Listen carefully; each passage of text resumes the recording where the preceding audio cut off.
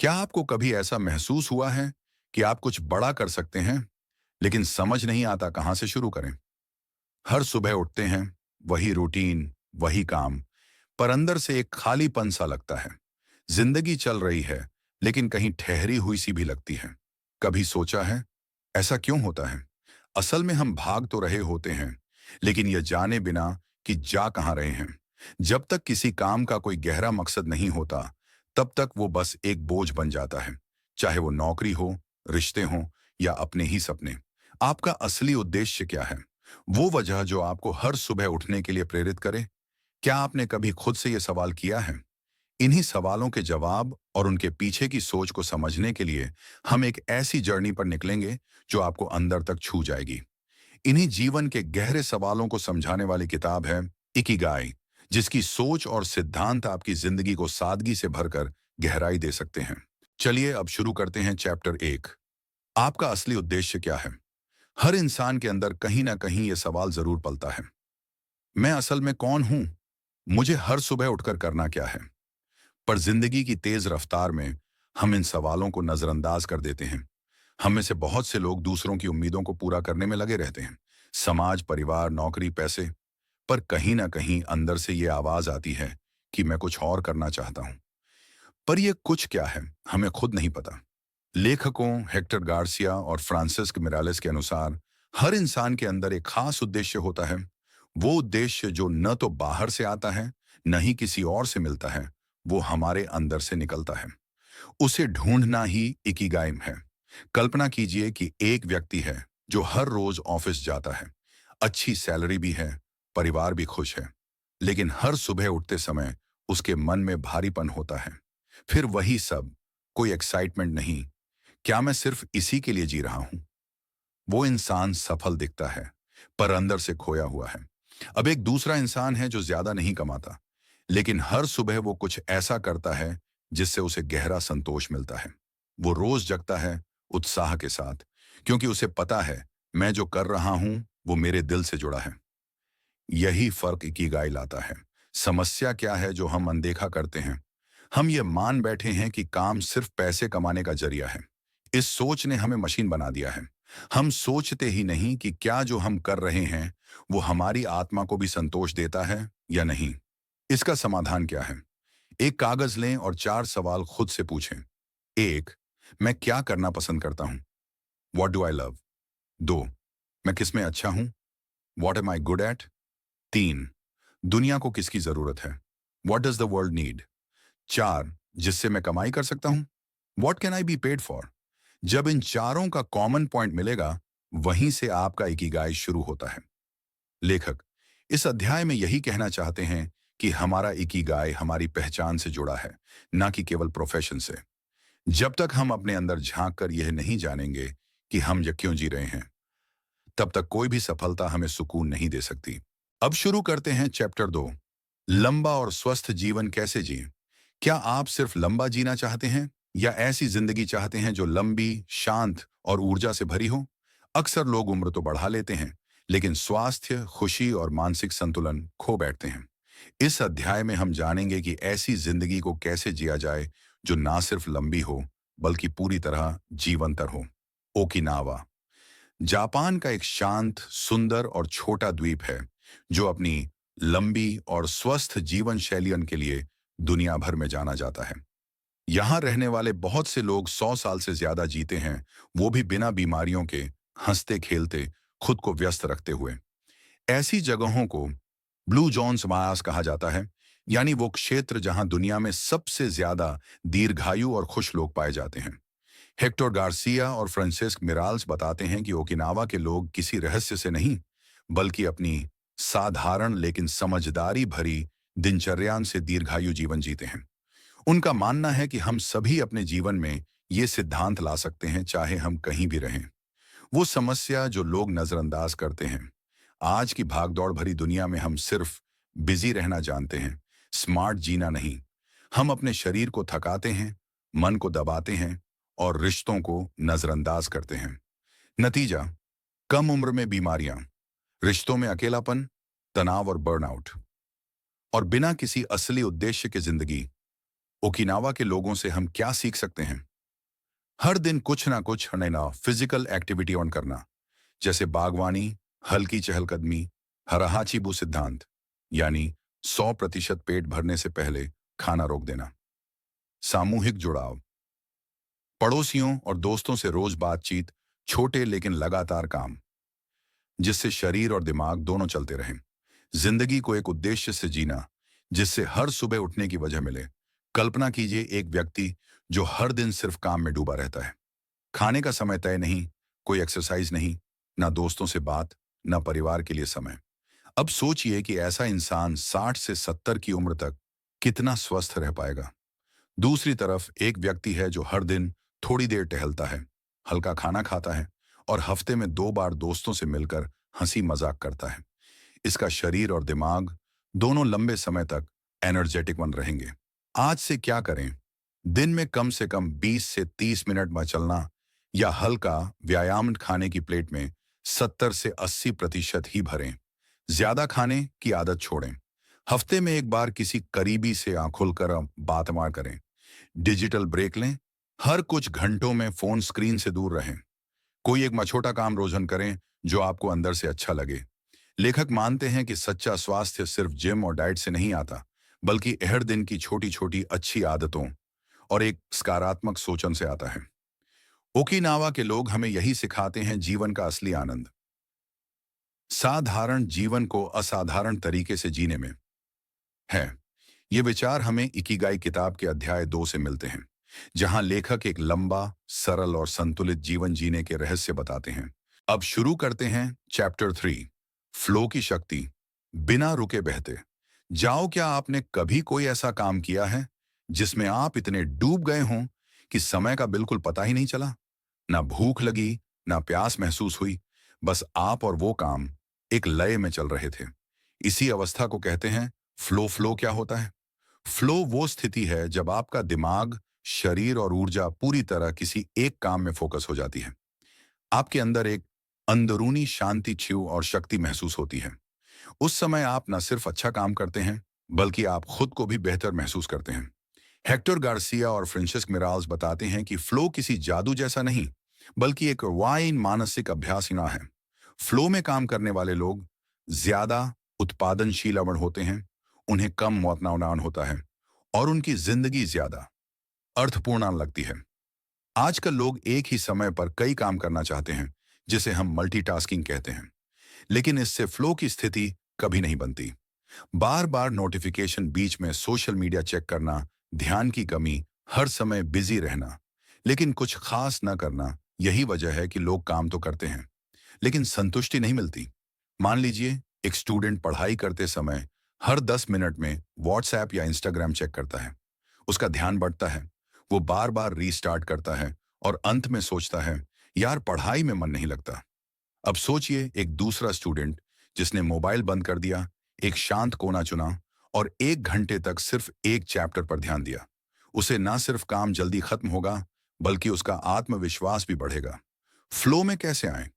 ऐसा काम चुनिए जो आपको अच्छा लगता हो। हर डिस्ट्रैक्शन को हटाइए। मोबाइल साइलेंट, सोशल मीडिया बंद। एक समय में सिर्फ एक ही काम को छोटे छोटे टुकड़ों में बांटिए।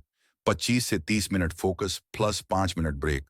खुद से पूछिए, क्या मैं अभी पूरी तरह इस काम में डूबा हूं? फ्लो में काम करना आपको खुश, शांतम और प्रभावशाली मन बनाता है। लेखक बताते हैं कि फ्लो कोई अजूबा नहीं, ये एक कला है जो हर कोई सीख सकता है, अगर वो डिस्ट्रैक्शन से दूर रहकर एकाग्रता का अभ्यास करे। ये विचार हमें इकिगाई किताब के 3रे अध्याय से मिलते हैं, जहां फ्लो को जीवन के सबसे सशक्त मानसिक अनुभवों में से एक बताया गया है। अब शुरू करते हैं चैप्टर 4, काम वो करो जो दिल को सुकून दे और दिमाग को ऊर्जा। कई लोग सुबह उठते ही सोचते हैं, आज फिर वही बोरिंग काम करना है। लेकिन कुछ लोग ऐसे भी होते हैं जो काम को सिर्फ काम नहीं, अपने जीने की वजह मानते हैं। असल में फर्क बस एक चीज का है, सोच और चयन अबान का। इस अध्याय में समझाया गया है कि हर व्यक्ति के पास कोई ना कोई ऐसा हुनर, चाहत या रुचि होती है जो उसके काम को बोझ नहीं, बल्कि जीवन का उद्देश्यवन बना सकती है।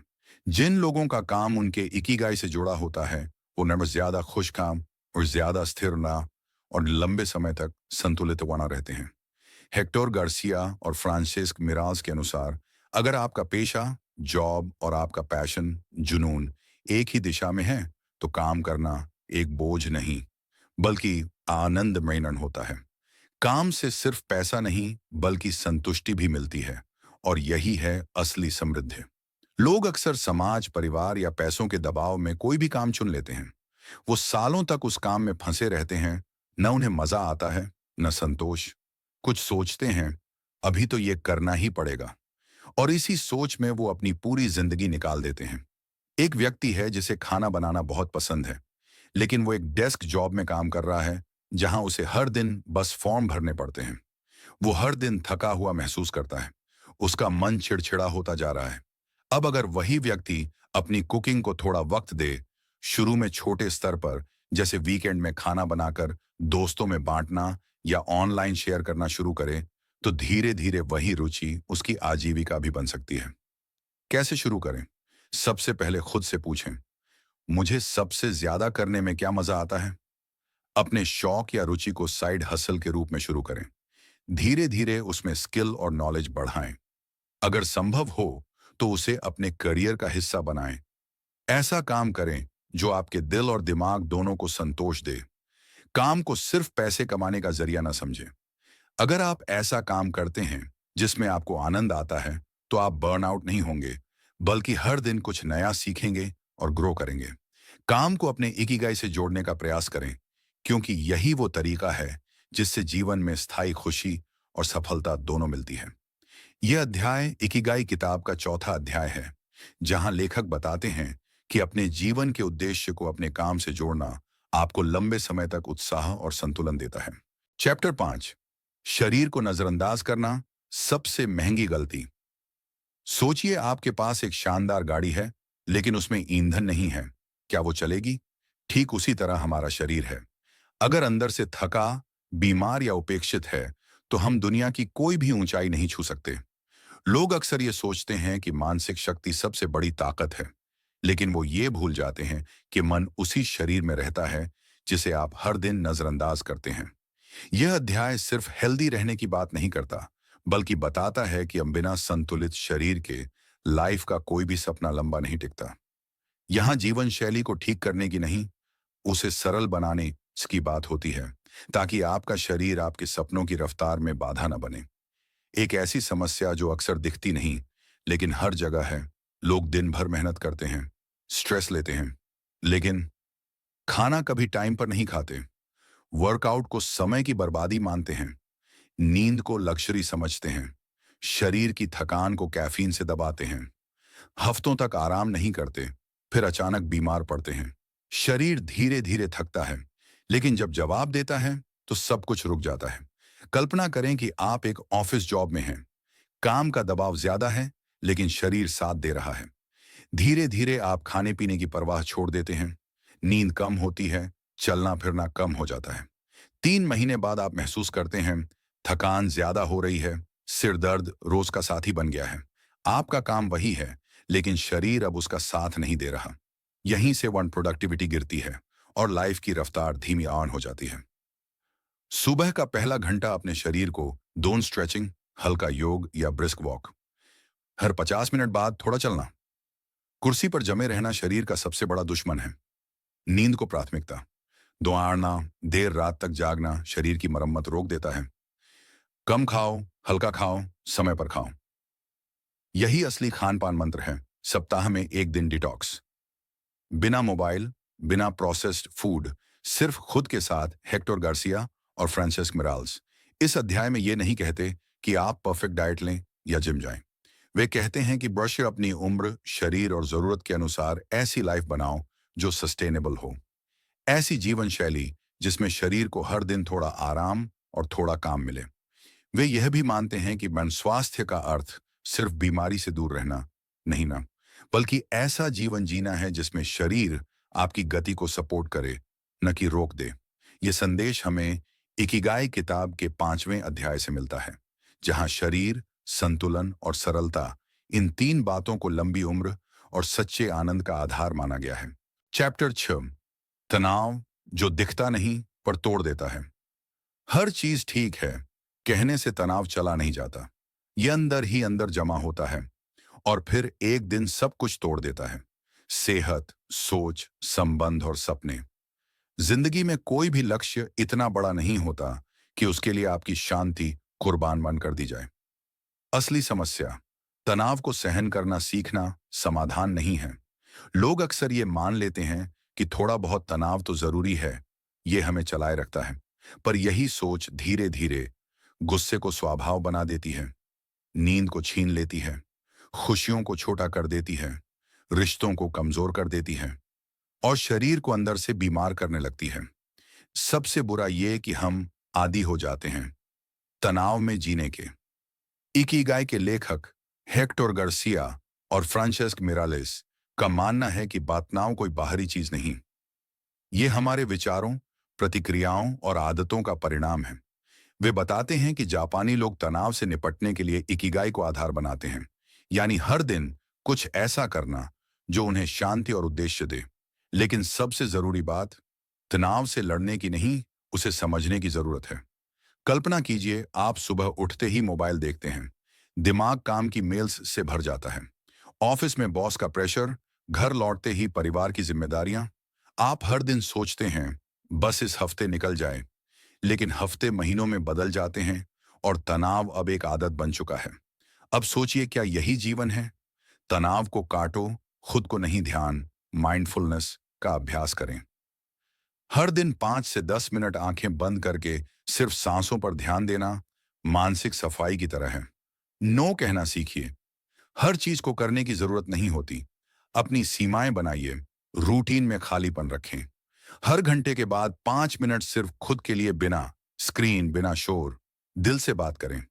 तनाव तब कम होता है जब हम किसी पर भरोसा करके बात करते हैं। खुद से सवाल करें, क्या ये बात 5 साल बाद भी उतनी ही जरूरी लगेगी? अगर नहीं तो उस पर तनाव क्यों लें? तनाव को झेलते रहना बहादुरी नहीं, ये धीरे धीरे खुद को खोने जैसा है। जो लोग तनाव को पहचानते हैं और बदलाव करते हैं, वही अपनी ऊर्जा को सही दिशा में लगाते हैं। यह अध्याय इकिगाई किताब से लिया गया है, जहां बताया गया है कि ये शांति और उद्देश्य से भरी जिंदगी ही असली सफलता है, न कि तनाव में उलझा हुआ जीवन। जिंदगी की सबसे बड़ी हार तब नहीं होती जब तुम गिरते हो, बल्कि तब होती है जब तुम बिना उद्देश्य के जीते हो। इकिगाई की हर बात, हर अध्याय एक ही दिशा में ले जाता है। खुश रहने के लिए तुम्हें बहुत कुछ नहीं चाहिए, तुम्हें सिर्फ वो करना है जो तुम्हारे दिल को जिंदा रखे। और यही सवाल बार बार आता है, मैं यहां क्यों हूं? क्या मैं सिर्फ काम करने, कमाने और मरने के लिए पैदा हुआ हूं? लेकिन इकिगाई चीख चीख कर कहता है, तुम मशीन नहीं हो, तुम भीड़ का हिस्सा नहीं हो, तुम खास हो, तुम इस दुनिया में किसी मकसद से आए हो। आर्म, जागो, अब वक्त है। उठो हर सुबह ऐसे जैसे तुम्हारे अंदर आग हो। वो काम करो जो तुम्हारे दिल को धड़कने पर मजबूर करे। जो चीजें दुनिया को चाहिए वो तुमसे शुरू हो सकती हैं। खुद से मत भागो, खुद को पहचानो। तुम छोटे नहीं हो, तुम्हारा जीवन भी एक मिशन है। और वो मिशन है खुद को जीना और दूसरों की जिंदगी बेहतर बनाना। जैसे ओकिनावा के लोग जीते हैं, वैसे जियो। सादा लेकिन सार्थक, कम लेकिन कनेक्टेड, धीरे लेकिन पूरे दिल से। लंबा नहीं, गहरा जीवन जियो। आज से मत कहना काश, आज से कहना अभी। हर सुबह उठो और खुद से कहो, मेरा जीवन एक उपहार है और आज मैं इसे पूरी तरह जीऊंगा। यही है इकिगाई, जीने का असली मतलब। सपनों की कोई उम्र नहीं होती, पर बिना उद्देश्य के जिंदगी बहुत छोटी लगती है। इसलिए उठो, अपने इकिगाई को जियो। आज नहीं तो कभी नहीं। और अब अगर ये सुनकर तुम्हारे अंदर भी कुछ जागा है, तो इस वीडियो को लाइक करो ताकि ये आग बुझने ना पाए। शेयर करो अपने दोस्तों और परिवार के साथ, क्योंकि हो सकता है किसी और को भी अपनी वजह मिल जाए। कमेंट में बताओ, क्या है तुम्हारा इकिगाई? और हाँ, सब्सक्राइब जरूर करो, क्योंकि हम सिर्फ वीडियो नहीं, जिंदगी बदलने वाली बातें लाते हैं। याद रखो, तुम पैदा हुए थे सिर्फ जीने के लिए नहीं, कुछ बड़ा करने के लिए। और वो शुरुआत यहीं से होती है।